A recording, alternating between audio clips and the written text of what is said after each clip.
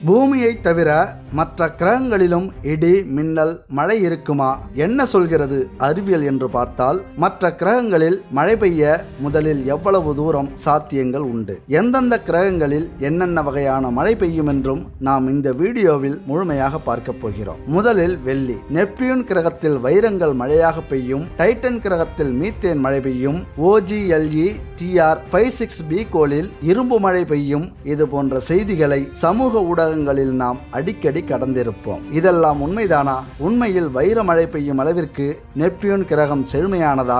உடனே ஒரு ராக்கெட்டை பிடித்து போய் சில பல டன்கள் வைரங்களை எடுத்து வரலாமா என்று கற்பனையிலேயே நெப்டியூன் கிரகத்தின் வைர மழையில் நனைந்து உள்ளுக்குள் நாம் கொண்டாடி இருப்போம், கற்பனையில் மிதந்திருப்போம். இது போன்ற தகவல்கள் உண்மைதானா? மற்ற கிரகங்களில் மழை பெய்ய முதலில் எவ்வளவு தூரங்கள் சாத்தியங்கள் உண்டு, எந்தெந்த கிரகங்களில் என்னென்ன வகையான மழைகள் பெய்யும் என்றும் நாம் பார்க்க போகிறோம். Welcome to இன்ஃபோவேல்ட்.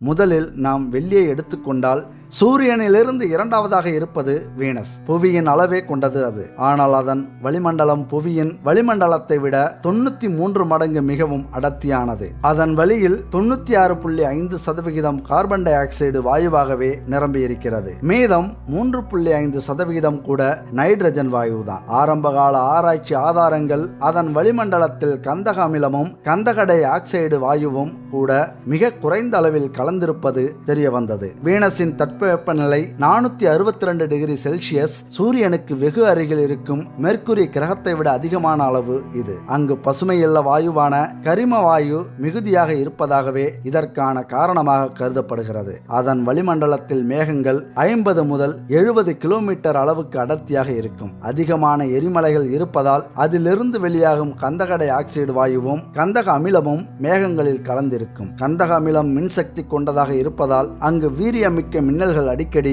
ஏற்படும். அதோடு கந்தக அமில மழையும் அங்கு பெய்யும். ஆனால் வீனஸின் வெப்ப மிகுதியால் அமில மழை துளிகள் அதன் பரப்பை அடைவதற்கு 25 கிலோமீட்டர் தூரம் இருக்கும் போதே ஆவியாகிவிடும். ஆக வீனஸ் கிரகத்தில் கந்தக அமில மழை பெய்யும், ஆனால் அது தரையை தொடாது. டைட்டானின் மீத்தேன் மழை. சனி கிரகத்தின் 53 துணைக்கோள்களில் பெரிய கிரகமான டைட்டன் பூமியை போன்ற அமைப்புகளை கொண்டது. நமது சூரிய குடும்பத்தில் பூமிக்கு அடுத்ததாக நீராதாரம் இருப்பது டைட்டன் கிரகத்தில் தான். பூமியை போலவே அங்கும் ஹைட்ரோ கார்பன்களாலான கடல்கள், ஏரிகள் என்று இருக்கின்றன. ஆனால் டைட்டனில் மீத்தேன் வாயுக்கள் அதிகமாக உள்ளது. அங்கு இருக்கும் நீராதாரங்களிலும் மீத்தேன் மற்றும் ஈத்தேன் மூலக்கூறுகளே அதிகமாக இருக்கின்றன. அதன் பருவநிலைகள் கூட பூமியை போலவே சில கால இடைவெளிகளோடு சீராக நடக்கிறது. புயல், மழை என்று அனைத்துமே இருந்தாலும் அதன் ஆறுகள், ஏரிகள், டெல்டா பகுதிகள், கடல் என்று அனைத்திலுமே மீத்தேன் கலந்திருக்கிறது. சூரியனிலிருந்து வெகு தொலைவில் இருப்பதால் இங்கு இருப்பது போல் மணல் பரப்புகள் இல்லை. ஆனால் ஐஸ் துகள்கள் மணல் போலவே பரவி இருக்கின்றன. மேக கூட்டங்கள் மொத்த டைட்டனில் 1% மட்டுமே இருக்கும். காலநிலை மோசமாகும் சமயங்களில் 8% வரை அதிகமாகி இருக்கின்றன. அதன் பருவநிலை சனியின் ஆதிக்கம் நிறைந்தது. கடந்த 2010ஆம் ஆண்டு வரை டைட்டனின் தெற்கு அரைகோளத்தில் கோடைக்காலமாக இருந்தது. அதன் பிறகு சனியின் சுழற்சியால் வடக்கு அரைகோளம் சூரியனின் பக்கமாக திருப்பப்பட்டுள்ளது. ஆக டைட்டனில் மீத்தேன் மழை பொழியும். இது விஷத்தன்மை நிறைந்தது என்பதால் நாம் அங்கு வாழ முடியாது என்பதுதான் உண்மை. நெப்டியூனில் வைரமழை. இது உண்மையா?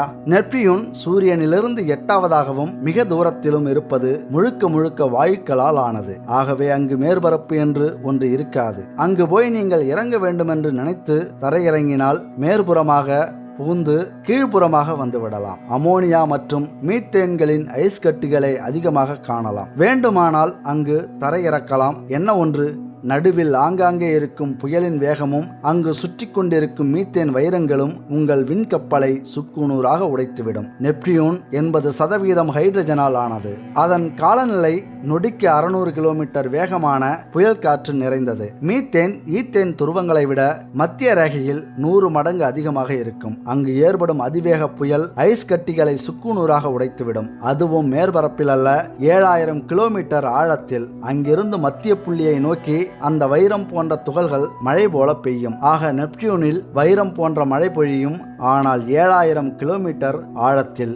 சரி, வேறு எந்த கிரகத்திலாவது இந்த வைரமழை பெய்யுமா? சூரிய குடும்பத்தில் மிகவும் பொதுவாக டைமண்ட் மழை பொழிவு நிகழும் என்று ஆய்வாளர்கள் கூறுகிறார்கள். பூமியில் இதுவரை எடுக்கப்பட்ட வைரங்களின் அளவுக்கு அதிகமான வைரங்கள் சனி கிரகம் மற்றும் வியாழன் கிரகம் மீது மழையாக பெய்யக்கூடும் என்று அமெரிக்க விஞ்ஞானிகள் கணக்கிட்டிருக்கிறார்கள். இதன் வளிமண்டலத்தில் எரிவாயுவுக்கு ஆதாரமான கார்பன் தரவுகள் இறுகுகிறது. இது படிமங்கள் வடிவத்தில் ஏராளமாக இருப்பதை ஆய்வில் கண்டுபிடிக்கப்பட்டுள்ளது. மீத்தேன் சூட் எனப்படும் மின்னல் புயல்கள் கார்பனாக மாறும். இது விழும்போது கிராஃபைட் துண்டுகளாக பின்னர் வைரமாகவும் மாறும். இதனை வைர ஆலங்கட்டி கற்கள் என ஆய்வாளர்கள் கூறுகின்றனர். இறுதியில் கிரகங்களின் சூட்டால் அது ஒரு திரவ கடலாக உருகும் என்று குறிப்பிடுகிறார்கள். அதிகபட்சமாக வைரங்கள் 1 சென்டிமீட்டர் விட்டம் கொண்டதாக அங்கு இருக்கும். அது ஒரு மோதிரமாக போடுவதற்கு போதுமானது என்று விஸ்கான்சின் மாடிசன் பல்கலைக்கழகத்தின் டாக்டர் கெவின் பெயின்ஸ் மற்றும் நாசாவின் ஜெட் ப்ரொபல்ஷன் ஆய்வகம் கூறுகிறது.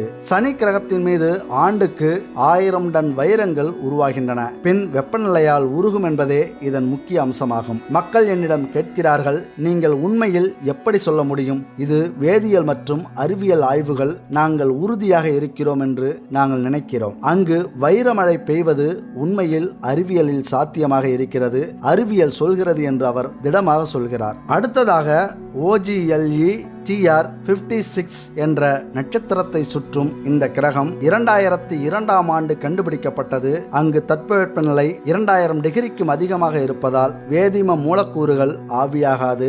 மாறாக அதிகமான இரும்பு மூலக்கூறுகள் உருவாகும். ஆகவே அங்கு இரும்பு மழை பெய்ய வாய்ப்புள்ளது. இது இன்னும் நிரூபிக்கப்படாத யூகம் மட்டுமே. கோள்கள் ஒவ்வொன்றுக்கும் தனிப்பட்ட அமைப்புகளும் தட்பவெப்பநிலையும் உண்டு. இவை அனைத்துமே விசித்திரமானவை. கந்தக அமில மழையிலிருந்து சூப்பர்சோனிக் மீத்தேன் காற்று வரையில் மற்ற கிரகங்களின் சூழ்நிலைகளை சமாளிக்க உங்களுக்கு தண்ணீர் புகாத உடைகள் முதல் பல விஷயங்கள் தேவைப்படும். வானிலை பற்றி நாம் அடிக்கடி குறைபட்டுக் கொள்கிறோம். குறிப்பாக இங்கே பூமியில் தீவிர வானிலை மாற்றங்கள் மிகவும் சாதாரணமாகிவிட்டன. ஆனால் மணிக்கு 5400 மைல்கள் வேகத்தில் சூறாவளி வீசும் அல்லது ஈயத்தை உருக்கும் அளவுக்கான வெப்பமுள்ள பகுதியில் நமது விடுமுறையை கழிப்பதாக இருந்தால் எப்படி இருக்கும் என்று நினைத்து பாருங்கள். நல்லதோ கெட்டதோ, நமது கிரகத்தில் மட்டும் வானிலை நிரந்தரமானதாக இல்லை. இப்போது இப்படி உள்ளது. விண்வெளியில் மற்ற பகுதிகளில் இதைவிட அதிக மோசமானதாகவும் இருக்கிறது. நமக்கு அருகில் உள்ள வீனஸ் கிரகத்திலிருந்து நாம் தொடங்குவோம். சூரிய மண்டலத்தில்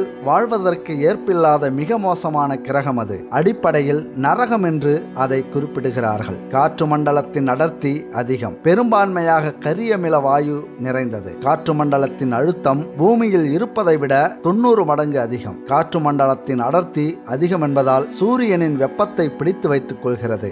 எனவே 460 டிகிரி சென்டிகிரேட் வரை அதிகமான வெப்பம் காணப்படுகிறது. எனவே அங்கே நீங்கள் காலடி வைத்தால் நொறுங்கி போவீர்கள். கொதிக்கும் நிலைக்கு ஆளாவீர்கள். அதுதான் மோசம் என்று நினைக்க வேண்டாம். வீனஸ் கிரகத்தில் பெய்யும் மழை அதிவேகமாக அரித்துவிடக்கூடிய கந்தக அமிலம் கொண்டதாக இருக்கும். வேறு கிரகத்திலிருந்து செல்பவர்களின் தோலை எளிதில் எரித்துவிடக்கூடிய அளவில் அது இருக்கிறது. கிரகத்தில் வெப்பநிலை அதிகமாக இருப்பதால் இந்த மழை திரவம் தரையை தொடுவதற்கு முன்னதாகவே ஆவியாகி விடுகிறது. அப்படி இருந்தாலும் வீனஸ் கிரகத்தில் பனி இருக்கிறது என்பது ஆச்சரியமான தகவலாக இருக்கிறது. கையில் தூக்கி வீசும் பனியை போன்றதாக அது இல்லை. அதன் காற்று மண்டலத்தில் இருந்து ஆவியாகும் உலோகங்களின் மிச்சங்களால் உருவானதாக அவை இருக்கின்றன. சூரிய மண்டலத்தின் அடுத்த முனையில் வாயுக்கள் நிறைந்த யுரேனஸ், நெப்டியூன் கிரகங்கள் உள்ளன. பூமியிலிருந்து அதிக தொலைவில் இருக்கும் நெப்டியூனில் உறைந்த நிலையில் மீத்தேன் மேகங்கள் உள்ளன.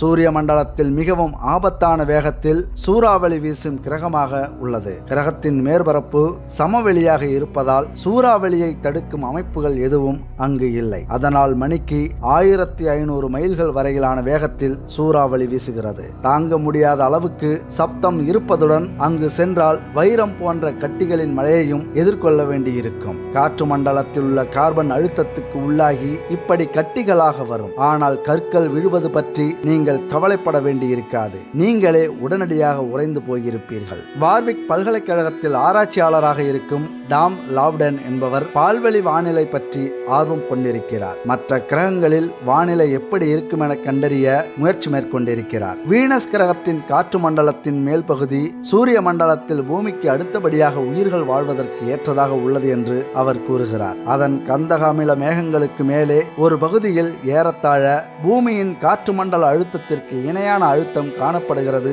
என்கிறார் அவர். அந்த காற்று மண்டலத்தில் நீங்கள் சுவாசிக்க முடியாது, ஆனால் சூடான காற்று நிரப்பிய பெரிய பலூன் அல்லது பூமியின் காற்று மண்டலம் போன்ற சூழ்நிலை கொண்ட ஒரு அமைப்பில் இருப்பது போல நினைத்துக் கொள்ளலாம். உங்களுக்கு ஆக்சிஜன் சுவாச கருவி இருந்தால் அநேகமாக டீசர்ட் மற்றும் அரைக்கால் சட்டை அணிந்து கொண்டு அங்கே இருக்க முடியும். சூரியனை சுற்றி கொண்டிருக்கும் வேற்று கிரகங்களை பற்றிய ஆராய்ச்சி தான் இவருடைய தனித்தன்மையாக உள்ளது. குறிப்பாக HD 189733b என பெயரிடப்பட்டுள்ள கிரகத்தின் மீது இவருக்கு அதிக கவனம் உள்ளது. 63 ஒளியாண்டு கால பயண தொலைவில் உள்ள அடர் நீல நிறமான அந்த கிரகத்தின் வெப்பநிலை பற்றி தகவல்கள் தெரிந்தவையாக உள்ளன. அது அழகாக தோன்றலாம், ஆனால் அங்குள்ள வானிலை மிகவும் பயங்கரமானது. மணிக்கு 5000 மைல்கள் வேகத்தில் வீசும் காற்று, அதாவது பூமியில் மணிக்கு 250 மைல்கள் வேகத்தில் வீசியதுதான் அதிகபட்ச வேகமானதாக பதிவாகியுள்ளது. இப்போது நீங்கள் நினைத்து பாருங்கள், நம்மை விட 20 மடங்கு சூரியனுக்கு அருகில் உள்ளதால் காற்று மண்டலத்தின் வெப்பநிலை 1500 டிகிரி சென்டிகிரேட் அளவில் இருக்கிறது. அது உருகிய எரிமலை குழம்பின் வெப்பநிலை அளவுக்கு இருக்கிறது. பூமியில் உள்ள பாறைகளை அங்கே வைத்தால் அவை திரவமாக அல்லது வாயுவாக மாறிவிடும் என்கிறார் லவுடன். உருகிய கண்ணாடியாக மழை பொழிகிறது, மேலிருந்து கீழாக அல்லாமல் பக்கவாட்டில் வருகிறது. பூமியின் அளவு மற்றும் நிறைக்கு இணையான அளவில் சிறிய கிரகங்கள் இருப்பதாகவும் அவர் கூறுகிறார். ரெட் டவர்ப் அல்லது எம் டவர்ப் நட்சத்திரங்களை சுற்றி வருபவையாக அவை உள்ளன. அங்கு உயிரினங்கள் வாழ முடியுமா என்பது அடுத்த கேள்வியாக இருக்கிறது. இதமான வெப்பநிலை, திரவமான நீர் கொண்ட மேற்பரப்பு இருந்து அந்த கிரகம் பூமியுடன் நிலவு பிணைந்திருப்பது போல பிணைப்பு கொண்டதாக இருக்க வேண்டும் என்கிறார் அவர். அதாவது அதன் ஒரு பகுதியில் நிரந்தரமாக பகல் வெளிச்சம் இருக்கும், மறுபுறம் இரவாகவே எப்போதுமே இருக்கும். கம்ப்யூட்டர் மாடல்களை உருவாக்கினால் சூறாவளி நிகழ்வுகள் பகல் பொழுதுக்கான பக்கத்தில் இருந்து இரவு பொழுதுக்கான பக்கத்தை நோக்கி நகர்கின்றன. பகல் பொழுதுக்கான பக்கத்தில் உள்ள திரவ நீர் ஆவியாகி மேகமாக மாறி காற்றின் திசையில் இரவு பொழுதுக்கான பக்கத்துக்கு சென்று உறைந்து பனியாக மாறுகிறது. ஒருபுறம் பாலைவனம் போலவும் மறுபுறம் துருவ பகுதியை போலவும், அதாவது பனிக்கட்டி நிறைந்த அண்டார்டிகா போலவும் இருக்கும் என்று அவர் கூறுகிறார். உண்மையில் நமது கிரகத்தை போல அது எப்போதுமே இருக்காது. அரிய ஆர்வத்தை தூண்டுபவை. இதுபோல் உங்களுக்கு தெரிந்த ஏதேனும் வித்தியாசமான கோள்கள் பற்றி உங்கள் கருத்துக்களை இங்கு பதிவிடுங்கள்.